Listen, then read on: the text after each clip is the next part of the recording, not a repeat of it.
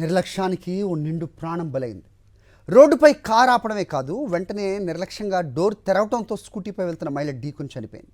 ఈ ఘటన మహబూబ్ నగర్లోని మర్లు ప్రాంతంలో బ్రైట్ స్కూల్ దగ్గర జరిగింది.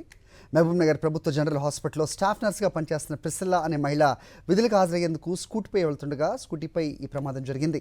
రాజేశ్వరరెడ్డి అనే వ్యక్తి రోడ్డుపై నిర్లక్ష్యంగా కారు ఆపి ఆ కారు డోర్ను వెనక ముందు చూడకుండా వెంటనే తీయటంతో అటుగా స్కూటీపై వస్తున్న ప్రిసిల్లాకు ఆ డోర్ తగిలింది. దీంతో ఆమె కింద పడి తీవ్రంగా గాయపడింది. బాధితురాలిని వెంటనే స్థానిక ప్రభుత్వ ఆసుపత్రికి తరలించారు. అప్పటికే పరిస్థితి విషమించడంతో హైదరాబాద్లోని ప్రైవేట్ హాస్పిటల్కి తరలించారు. అక్కడ చికిత్స పొందుతూ ఆమె ప్రాణాలు కోల్పోయింది. మృతురాలి కుటుంబానికి న్యాయం చేయాలంటూ బంధువులు ఆందోళనకు దిగారు. స్థానిక ప్రభుత్వ ఆసుపత్రి ముందు మృతదేహంతో ధర్నా చేశారు. పోలీసులు కేసు నమోదు చేసి న్యాయం చేస్తామని చెప్పడంతో ఆందోళన విరమించారు.